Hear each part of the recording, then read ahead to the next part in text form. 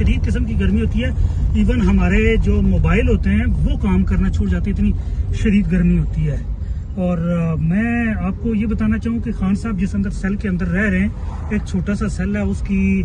बिजली भी बंद कर देते हैं, वहाँ पंखा भी बंद कर देते हैं और इस तकलीफ के अंदर वो रह रहे हैं। आज हम तोशाखाना 2 केस की यहाँ समाअत थी, उसके लिए आज हम यहाँ आए थे, लेकिन आज ना वकला को इजाज़त दी गई और ना ही फैमिली को मुलाकात के लिए अंदर जाने की इजाज़त दी गई है, जो कि बुनियादी तौर पे इंडिपेंडेंट जो ट्रायल होता है, आज़ादाना मुनसिफाना फेयर ट्रायल, उसकी खिलाफ वर्जी है। ये एक इन कैमरा ट्रायल करने की कोशिश की जा रही है। अदालत के जज साहब ने, जज शाहरुख अर्जुमंद साहब जो स्पेशल जज सेंट्रल इस्लामाबाद हैं, वो इस केस की समाअत करें। उन्होंने कई बार हुक्म दिया अंदर से कि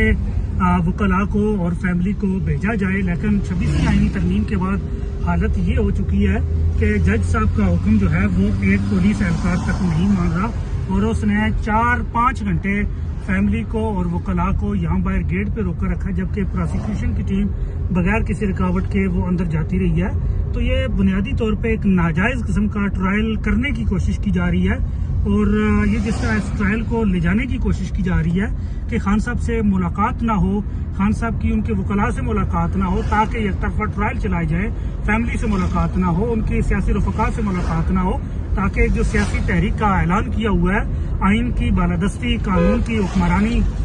अदलिया की आज़ादी, मीडिया की आज़ादी और इंसानी हकूक़ की बहाली के लिए जो तहरीक का खान साहब ने ऐलान किया हुआ है, ताकि उसके हवाले से कोई खान साहब हदायत न जारी कर सके। लेकिन खान साहब ने कौम को इतना तैयार किया हुआ है कि कौम इस वक्त वो मुकम्मल तौर पे तैयार है और कौम इंशाल्लाह बाहर निकलेगी। अब खान साहब को ये जिस तरह मुकम्मल कैद तन्हाई के अंदर रखने की कोशिश कर रहे हैं, राब्ता मुनक़ता करने की कोशिश कर रहे हैं, तो इस तरह कभी भी आपने कभी भी किसी शख्स की आवाज़ नहीं रोक सकते। खान साहब का पैगाम था, बड़ा वाज़िया था और वो कई बार उन्होंने रिपीट किया और रिपीटेड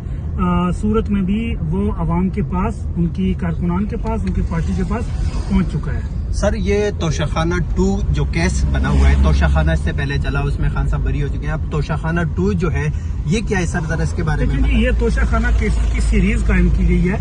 सबसे पहले 2022 के अंदर खान साहब को तोशाखाना केस के जरिए उन्होंने जो उनकी इनकम टैक्स रिटर्न थी उसका बहाना बना के उनको कौमी असम्बली की रुकनीत से,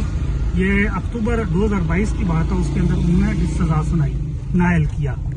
उसके बाद फिर उनको उनकी कौमी असम्बली की सीट से डी-सीट किया गया। उसके बाद फिर जो तोशाखाना जज मायूद दिलावर ने एक केस चलाया, उसके अंदर खान साहब को सजा सुनाई गई। ये हो गए तोशाखाना के 2 केस। उसके बाद फिर तोशाखाना जो 1 केस जिसे कहा जाता है, जज बशीर साहब ने, जिसमें 31 जनवरी 2024 को सजा सुनाई। उसके बाद उसी सिलसिले का ये वही एक ही फैक्ट है, एक ही इवेंट है और एक ही अकरेंस है